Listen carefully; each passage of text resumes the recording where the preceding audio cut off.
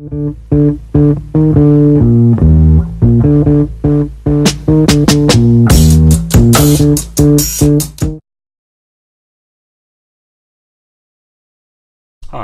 I'm Ray Williams of openimage.com.au.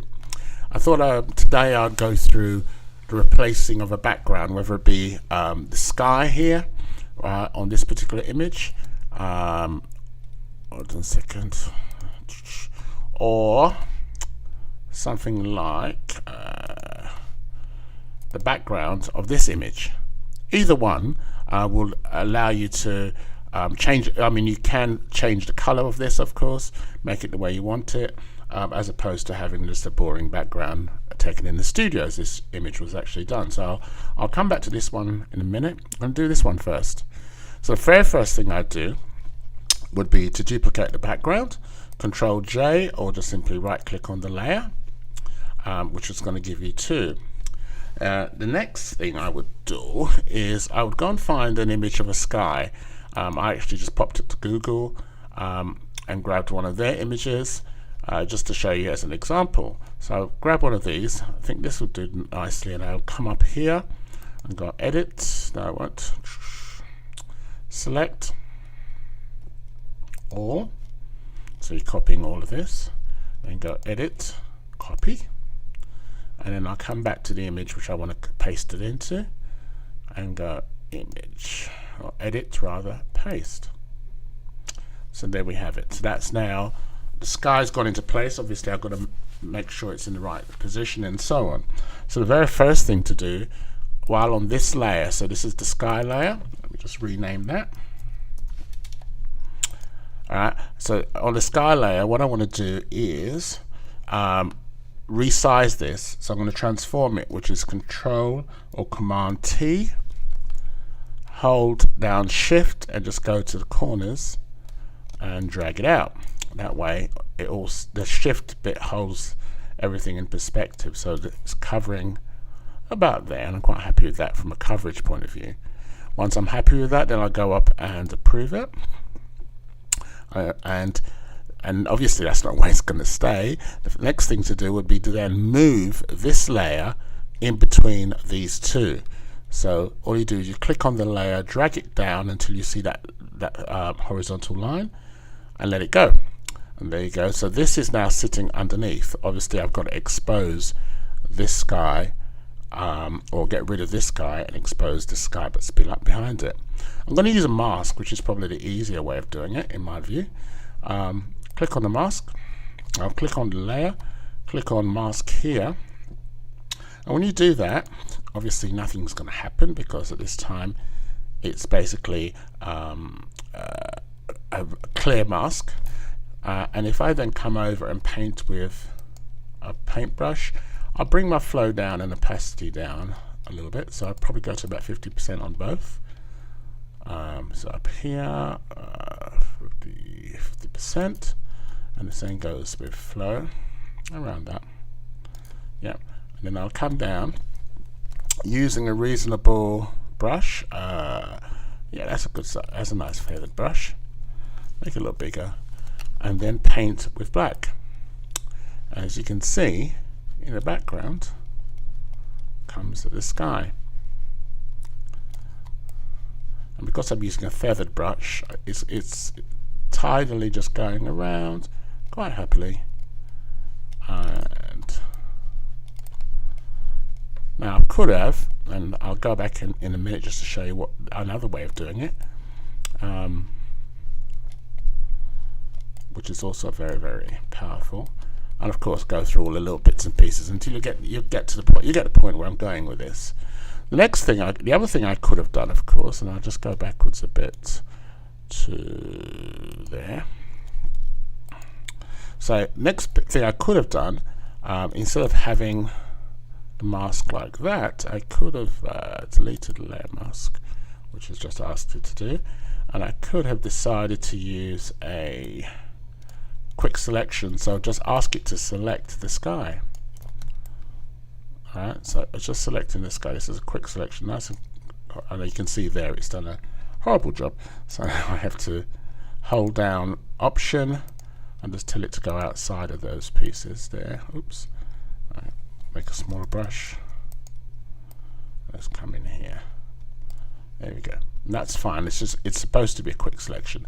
So once you've done that quick selection, and it's done it quite well over there, no, it's actually come into here, which I didn't want it to do. So again, hold down Alt. Hold on. Right, okay. So what we're trying to do is make it come over the edge here. So all I'm doing is just making the selection really more than anything else. So you can use any tool for this, of course, any of your selection tools. I've just chosen to do it this way. Oops, there you go. Let's just make a little bit of a mess of it, but still. Let's have a smaller brush and hold the minus and see if we can get this bit done. Here we go. Now it looks a bit better. There we go. Something like that. Yeah, happy enough with that. Okay, so once you've got that bit, this is now ready for masking. I'm going to use a reverse mask on this now, which is to hold Alt or hold Option down, come to your masking tool, and do it that way. And that's quite pretty. As you can see here, it's still messed around with my the piece here, but all I would do is paint with white to get that back. Hold on to my paintbrush, reduce the size, and then do something like that, which would in turn bring back the other sky as well, but I'll go in and make sure that's sorted out in a second. So once I've got this back in, which I have, the flow is turned down, hence the reason why it's taken a bit of time. I would then paint back again with black, and this time come in here. So now I'm just coming around the edge of it. Something like that. And yeah, more or less that's it. So there's several different ways of doing it, but the way I mean, you've got to make sure you have a selection on. So I'll run through it again. You make sure you bring a sky in that's going to appropriate to what you want. I'm quite happy with that sky. That's okay. Put the sky in between the two layers. That's the copy of the background and the background. And then bring in a layer mask. Now, how you choose to play with that layer mask depends on you. You can either make a selection of the sky and then use the Alt or Option mask, which gives you a black one, and that will then cut out the old sky, revealing what's underneath. So that's a nice, easy way of doing things, and I think that looks reasonable. And of course, you just take your time and go through. You know, you can go back over it to make sure that the edges are perfect.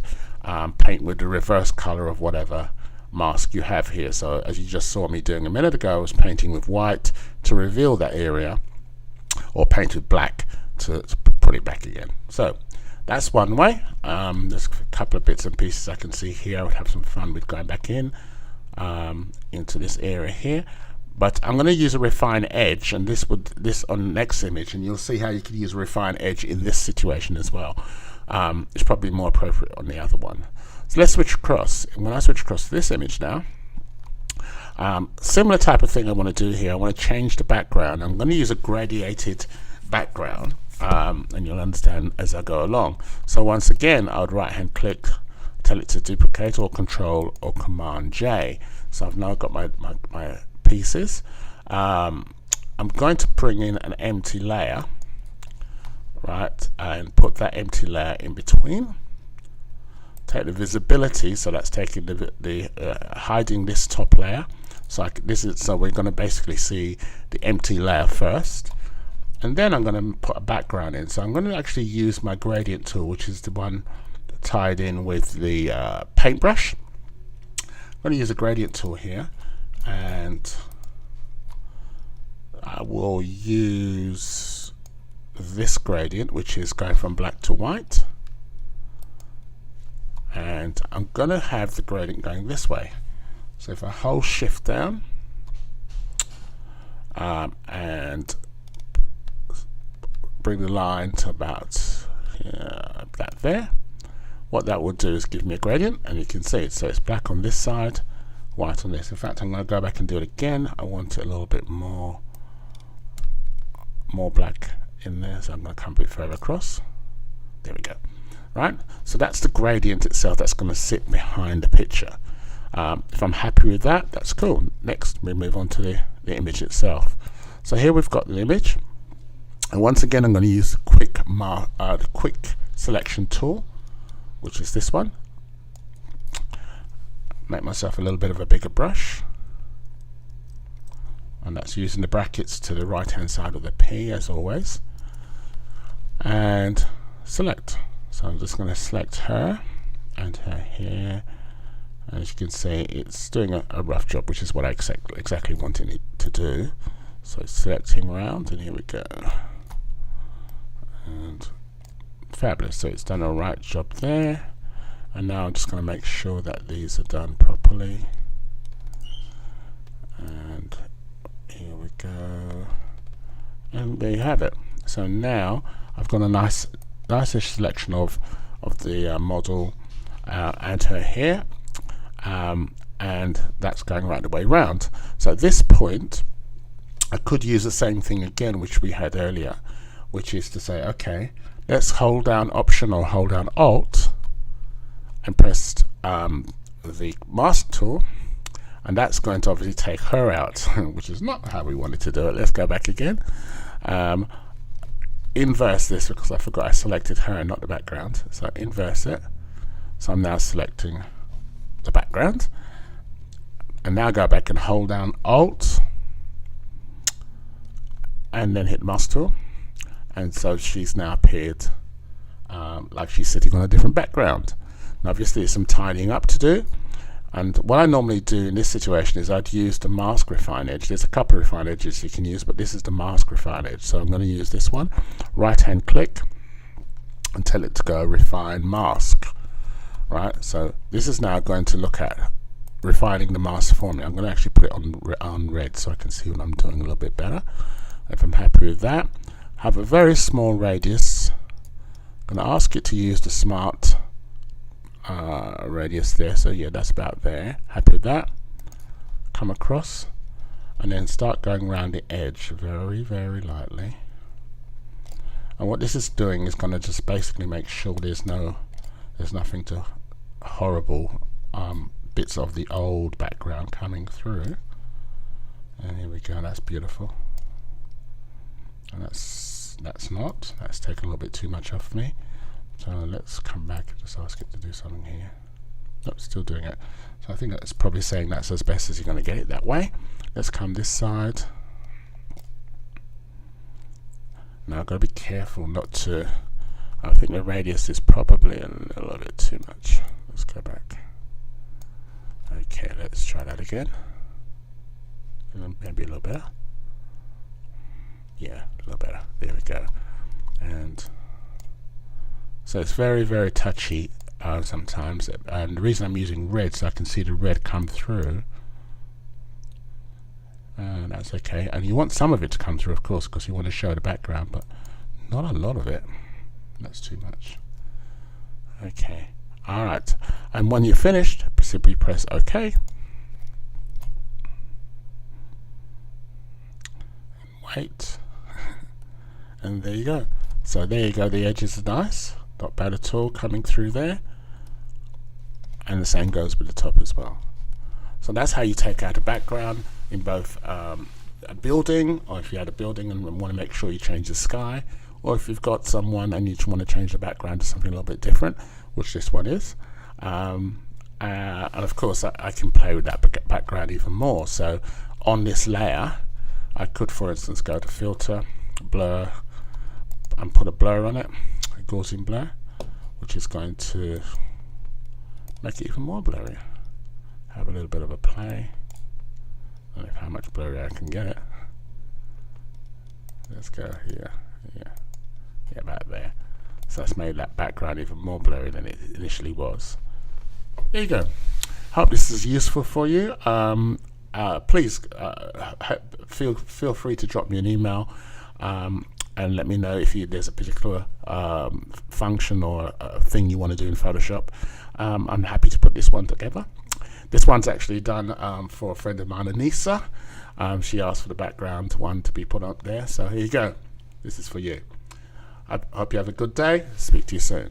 Bye.